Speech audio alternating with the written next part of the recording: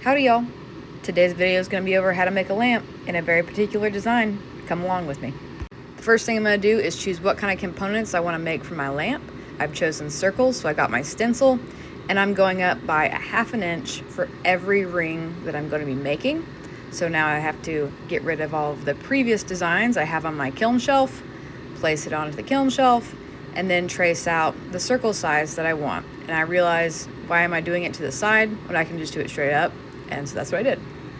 I do have an entire tutorial on this particular section of the video on a previous video. It's called How to Build Shapes with Stringers. Now this isn't a stringer, it is a rod, but it is the exact same technique, just with a thicker piece of glass. One of the most important parts of this technique is just that movement of my hand, flashing that heat up and down the rod in the section that I want to move and the section that I'm going to encourage to move next. I want that radiant heat to be working for me and not against me, so that I can move quickly and efficiently through the size of this rod, because it is thicker and more difficult to move. Also, this is just a reminder, this is at 4 times speed. This was not a fast process, so don't get discouraged if it takes you a long time. It took me a long time. So what I've done is put a clear handle on the opposite side of the ring that I'm working, because I'm going to be pulling it down and around, and I'm going to be closing it off. And the way that I'm going to close it off, you'll see, is I'll push that rod up and away so that I can bring the excess down and around, and then do a light tack together, as you can see here. Oh, luckily I caught the fact that the camera wasn't facing the right portion of the video. And I went ahead and removed that handle after doing a light seal on the end that I tacked together.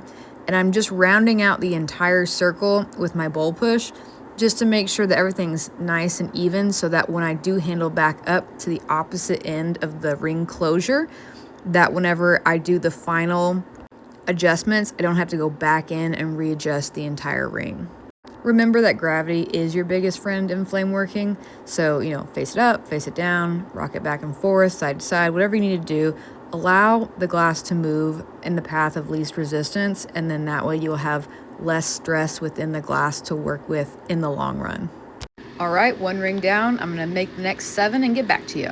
So what I've done here is I have centered and stacked 2 of my rings. So the tool that I'm implementing here is a jeweler's arm. I bought it from Michael's craft store. I did wait for their promotional once a month 40% off coupon. I encourage you to do the same. What it does is it is able to hold this ring centered above the one beneath it, so that I am able to create stackable space incrementally at the same height each time. And I'm able to control that by putting more kiln shelves underneath the project I'm working on, or underneath the jeweler's arm itself. The purpose of using this tool in this context is to create symmetrical spacing between each ring while also keeping them centered. I may have already said that, but what I mean by that is you can use any jig of choice, whether that be thin kiln blocks, whether that be a piece of wood, or some sort of metal tool, other metal tool, or other metal spacing tool. You could use flat, mild steel bar, and it would achieve the exact same end goal, as long as it was the thickness you desired. So there's a million different ways to do the exact same thing. So if you don't have this specific tool, don't worry, just use whatever works best for you. Something about this particular design I have to keep in mind is that because I'm building a funnel in 2 separate sections to then join them together as one cohesive object, I need to be building my arms symmetrically on both sides of the rings, and then on both sections. Because what I want to do, as you can see here, is I want to make sure that those lines going through the circles or through the rings are even on both sides, to create the illusion that it was all built in one push or one go. So you can see here, I have very lightly tack welded it together. I'm now going in and I'm maneuvering the piece to make sure it sits nice and flush and everything looks cohesive. Nothing looks to be slightly off center or out of place. I want to make sure that the gap between both middle sections is the same as the gap between each ring previous ring beneath or above it. I want everyone to be aware at this portion of the video that the arm that I have tacked together is not completely welded in.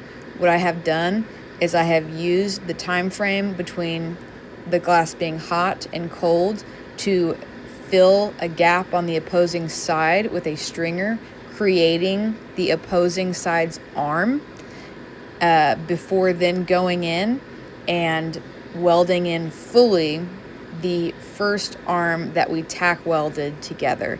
And the reason that I do that is because you have to create a base and then you just have to work really quickly unless you can build an intricate bridging design to be able to support that system until you're able to weld it together, which I didn't have that, so I just worked really fast.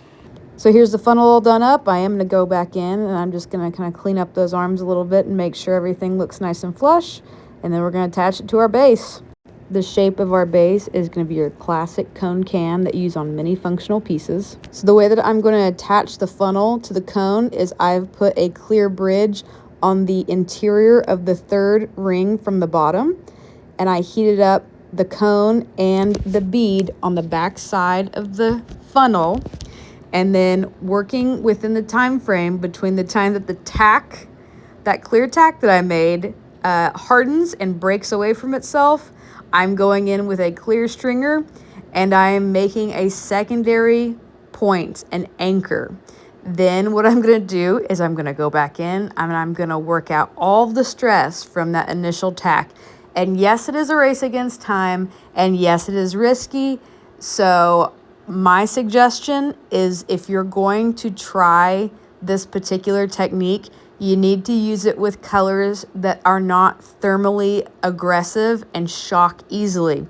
I did not do that, and I chose an extremely shocky color, and I did lose 2 cones in the process. So, use this technique at your own risk. I unfortunately didn't have the ability to do a normal bridge system that I would use typically for a connection like this, simply because I was working against time with this particular color, which is why I don't use it very often. So the last thing that we have to do right now is take off that chunky handle so that we can get it back into the kiln and get it warmed up and back to a workable temperature. So here you can see I've taken off the arms for that bridge, and I have attached the marbles to the exterior of the funnel. In full transparency, I completely forgot to film that portion of the video, but I do have previous videos showing how to make and then put attachments onto pieces. So I hope that information does help in those other videos. Something that I did film but eventually had to omit from this video was building the cone base. And what it boils down to essentially is the size of the cone and the thickness. So I wanted this base to be nice and sturdy and heavy so it didn't easily topple over. But with that decision being made, I had to recognize that it was going to take longer and be more difficult to create a shape that normally goes pretty quickly, that is fairly easy to make. So what I did have to do is take 12 inches of 4mm tubing and condense it down and blow it out to a 6-inch cone shape with 8mm thick walls. And you might think that's excessive, but I don't. I wanted something nice and heavy, but with that decision, again, it took a very long time, and because of the chemistry of this color, it was very finicky and I had to be extremely patient. So unfortunately, I was not able to show that in this video due to the lack of storage that I had for my device. But in the future, if you guys want me to do hollow shapes, I'm more than happy to do that. But for now, this is the finished shape. I hope you enjoyed, and I'll see you next time.